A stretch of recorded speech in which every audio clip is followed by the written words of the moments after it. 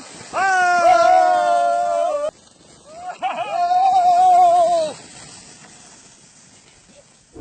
Мына Селбек сұрайды мені, мына қарды қайдан келіп түсіп жатыр, бұл не хикмет, нақ бітпейді, нақ бұл қияметке дейін осылай айнала береді дейді маған. Бұның қиссасы бар ма дейді, мен айтам бар деймін.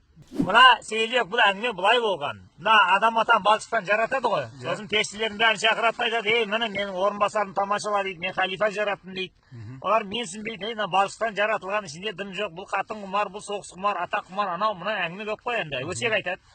Адам денесіне рух түрлеп көкірек көзін ашты, аны ғылымның сайысына салып еді, адам алды бәрін қиратып, періштелердің бәрін тоздырып жіберді дейді. Жеңілдер ма жеңілдік, енді сәжде қылыңдар, соған патыр-пұтыр бәрі мына намазда сәжде қылатын символика дейміз ғой, сол рәсім содан қалды дейді.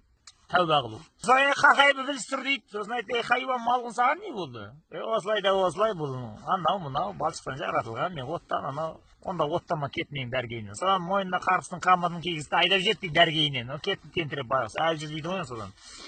Одан кейін енді адамды ұлықтау рәсімі басталды дейді. Адамды әкеп мына пештің тағына отырғызды айтты дейді, міне жеңімпаз менің нағыз халифам өзінің абыройын қорғап қалды жаңа әлде рухтың шарафатынан. Бәрін келіп бұған сәлем беріңдер, бұның дидарына назар салыңдар деп. Сонда жаңа ғилмандар бар дейді мына пештің ішінде, мынандай кішкентай қызметшілер. Солар жаңа адамның мына біздің адам атаның түрін көрген кезінде дейді, соның нұрынан дейді, дәрежесі өсіп, періштеге айналып кетті дейді. Соған бәрі мына жақтан ғилман болып келеді, бишара пішайман болып, мына жақтан періште болып, қанат бітіп, қалықтап ұшып кете берді дейді. Соның бәрінің арманы ғой енді адам атаны бір көру сонда, бір-ақ рет. Періштелердің көптігі сонша дейді, кезек тимейді, қаптаған періштенің. Кезек ең соңында тұрғандар жылады дейді Тәңірге арыз айтып. Я Алла, біз қашан анаққа барып адамның түрін көреміз, біз барам дегенше ол жерге түсіп тіршілігін бастайды ғой енді деп. Сол адам айтты дейді, Алла тағала айтты, ей, сендер қайғырмаңдар, мен шебер Алламын, ертең сондай сендерге хикмет жасаймын. Әр қайсың жерге жаңбырды, суды алып, бір тамшы алып барасыңдар, жерге тастаған кезде адамның түрін көресіңдер, періштеге айналасыңдар. Жебірейілге айтты, сана деп. Санап жіберіп дейді, әуелен ақырға дейін түсетін тамшының бәрін есептеп жіберіп дейді. Ғилмандардың саны көп болып шықты дейді. Жайтты жаңбырдың саны, тамшы жетпейді мынау деп айтты дейді. Енді не істейміз деп, енді жаңбырға ілінбей қалғандар ғой. Олар аңырап, маңырап, жылап қоя берді дейді. Біз сондай осы өмір бақи қор болып қаламыз ба адамды көрмей, бишара болып. Уайымдамаңдар деп айтты дейді. Мен ертең бұны енді қарға айландырып жіберемін жаңағы суды. Мені хикметін желе бұғып көтеремін дағым, сосын су қыламын дағым, қарғылам. Мынаның әрбір шытырасын, снежинка дейді ғой мынаның. Әрбір шытырасын бір-біреуден аласыңдар да жерге түсіресіңдер. Болды, қайттан кезек келмейді сендер, өйткені мына көпсіңдер сендер. Сол кезде адамның түріне бір рет назар саласыңдар да, сонымен қайқайып кетесіңдер, соны періштеге айналасыңдар. Және есептеп еді дейді, мына қардың әуелден ақырға дейін жауатын шытырасы дым болмады дейді. Ғилмандар көп жетпейді. Және жылады дейді. Оларға айтты, тоқтай тұрыңдар онда, мен бұны бұршақ қылып түсірем деп айтты. Және есептеп еді, бұршақта аздық қылды дейді. Енді бұршаққа ілінбегендер бар ғой. Ола, жамырап, жылап, жалынып, әне жер деген сұмдық болып кетті дейді енді. Оны Тәңір тағала айтты дейді. Онда қалғандарын былай қыласыңдар.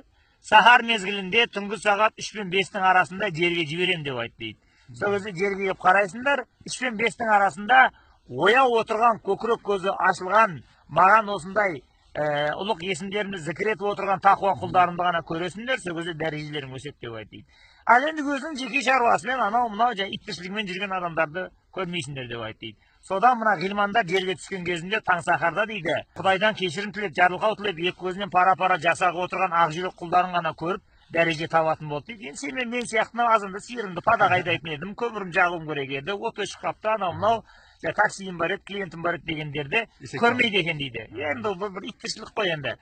Тек Алла ризалығы үшін осындай көкірегімді кірден ашып тазалап, Құдайдың дидарын жүрек көзімді ашып көргім келеді дейтін құлдарды ғана көретін болды дейді. Әне содан бастап бұл қарлардың бәрі бір хикмет тұрған. Сен ойлама бұны бір сырғанауға, басқа ойнауға, балдар бір аққала жасауға түсіріп жатыр екен деп. Бұның түпкі хикметі осы.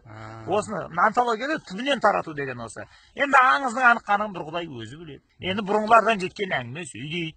Тек кейінгі ұрпақ мына отырған бізді тыңдап, алдыңғы ағалар бізге бір есті әңгіме айтып қалдырмады деп ренжімесін деп аз кем әңгіме шығарып отырмыз әне. Әңгіме қайда жатыр міне. Әрине енді қардың ондай хикметі бар рас. Бірақ қарды пайдаланып сырғанағанның да зияны жоқ. Мұның да бір хикметі бар. Кет!